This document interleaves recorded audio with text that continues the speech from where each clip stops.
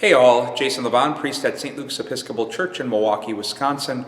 Welcome to another Pause and Pray.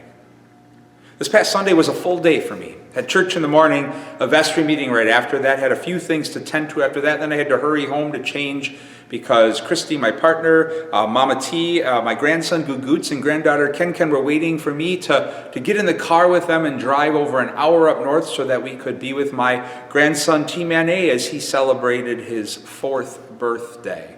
And in the rush of getting out of church and getting home and changing and getting into the car, I forgot my cell phone. Now, I'm not going to lie. The moment I found out that I forgot my cell phone, I panicked. And in part, it was entirely selfish on my part. Because I knew I had an over hour-long car ride ahead of me, and I wanted to distract myself a bit on the car ride. Glance through social media or check emails as if they're that important on a Sunday afternoon.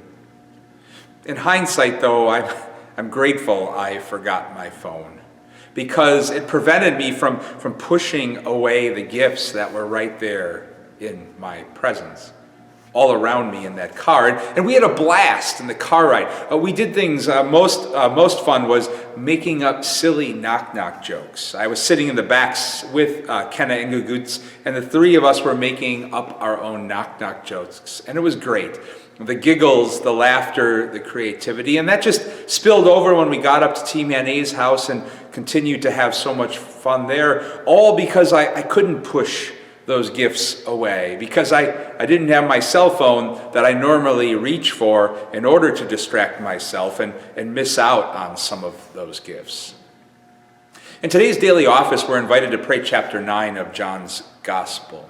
And it tells the story of this man who was born blind, and then Jesus heals him, and that frustrates and causes concern with some of the religious elites.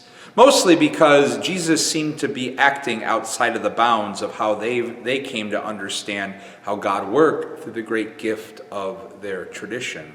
And they respond by trying to reveal that Jesus is somehow out of bounds in all of this. So they press the man, even his parents.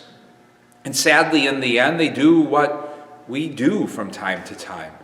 They pushed the gift away, expelling the man from the synagogue. But Jesus wouldn't push the gift away. He finds the man again, and there's this beautiful encounter and connection and moment between the two of them. You know, the struggle sometimes to not push the gift away is real. You know, sometimes it's our own baggage that gets in the way, and even though we're not always aware, we push gifts away that continually offer themselves to our lives. Sometimes it's so unintentional, like habitually reaching for the phone or the tablet. But today we're invited to pause and pray, not just mindful of the ways in which we might push gifts away or the distractions that get in the way of gifts in our lives, but also to pause and pray with gratitude, that in response to our struggle to embrace the real gifts of life, God just continues to keep gifting to us.